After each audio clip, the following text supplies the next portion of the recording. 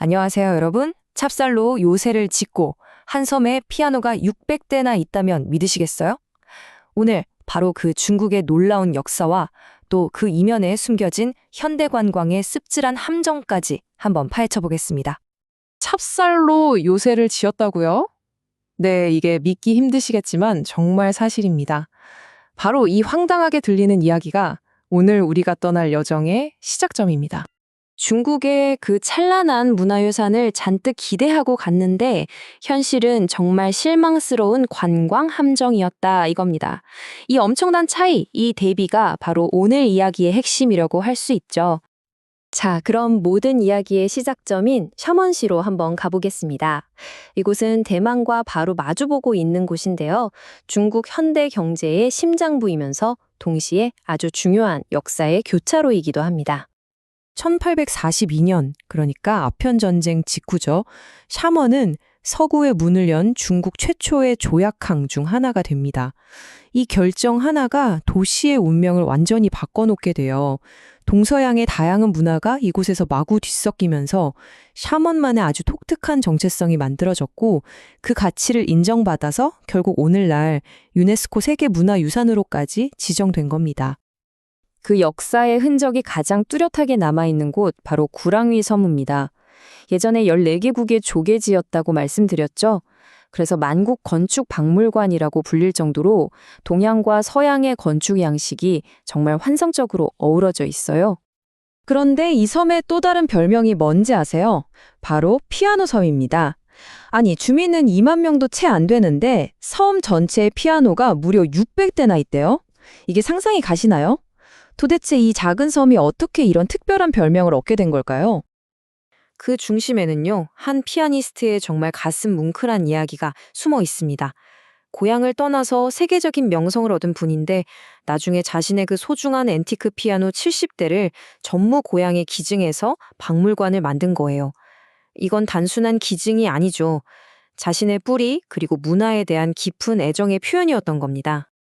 자, 이제 해안을 떠나서 푸젠성의 깊숙한 내륙으로 한번 들어가 보겠습니다.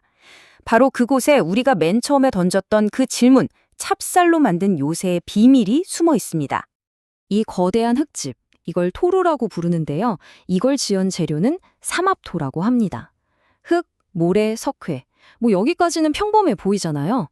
그런데 여기에 정말 누구도 상상하지 못했던 아주 특별한 재료가 하나 더 들어갑니다. 바로 찹쌀입니다. 네, 우리가 밥상에서 흔히 보는 그 찹쌀이요.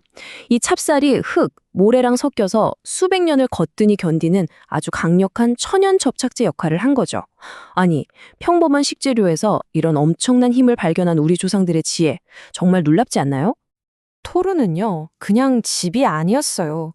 이건 뭐랄까 완벽하게 설계된 하나의 요새였습니다. 1층은 창문 하나 없이 방어에만 집중하고 2층에는 식량을 가득 저장해 놨고요. 3층 이상부터가 안전한 주거 공간으로 쓰였습니다.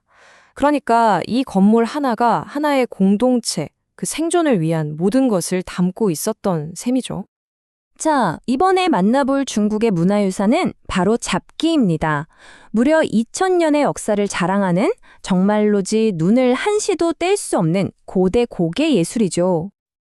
오늘날 우리가 와 하고 감탄하면서 보는 이 화려한 고개가요, 사실은 2000년 전 평범한 사람들의 일상 기술, 또 호신술에서 시작됐다고 해요. 그러니까 삶의 기술이 예술로 승화된 거죠. 한나라 시대에는 심지어 황실에서 공연될 정도로 그 가치를 크게 인정받았다고 합니다. 하지만 이 모든 감동과 경이로움 뒤에는 정말 씁쓸한 현실이 기다리고 있었습니다. 이렇게 찬란한 문화유산과는 너무나도 대조되는 현대의 관광객 덫. 이제 그 이야기를 해보겠습니다. 여행사가 약속했던 건 문화탐방, 그리고 원하면 할 수 있는 선택 관광이었어요. 하지만 현실은 어땠을까요? 원치 않는 쇼핑 장소에 끌려가고 강제적인 식사를 해야 했죠. 이 약속과 현실의 엄청난 간극? 바로 여기서부터 모든 문제가 시작됩니다. 한 가지 예를 들어 볼게요. 가이드가 갑자기 TV 광고를 하나 보여주더래요. 환자들이 나오는 광고였는데 이 건강 제품만 먹으면 고혈압이랑 고지혈증이 싹 낫는다고 주장했답니다. 이건 여행객들의 건강에 대한 염려를 이용해서 물건을 팔려는 명백히 비윤리적이고 교묘한 판매 수법이죠. 문제는 여기서 끝나지 않았습니다. 수조에서 막 건져낸 해산물을 제대로 씻지도 않고 바로 삶아서 관광객들에게 제공했고 결국 많은 사람들이 배탈이 나고 병에 걸렸습니다. 이건 단순한 실수가 아니에요.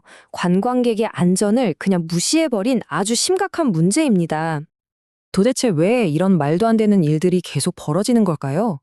그 근본 원인을 파고 들어가 보면 가이드가 쇼핑 수수료에 의존할 수밖에 없는 이른바 수수료 기반 투어 모델에 있습니다. 그렇다면 우리 여행자들은 어떻게 이런 함정을 피할 수 있을까요?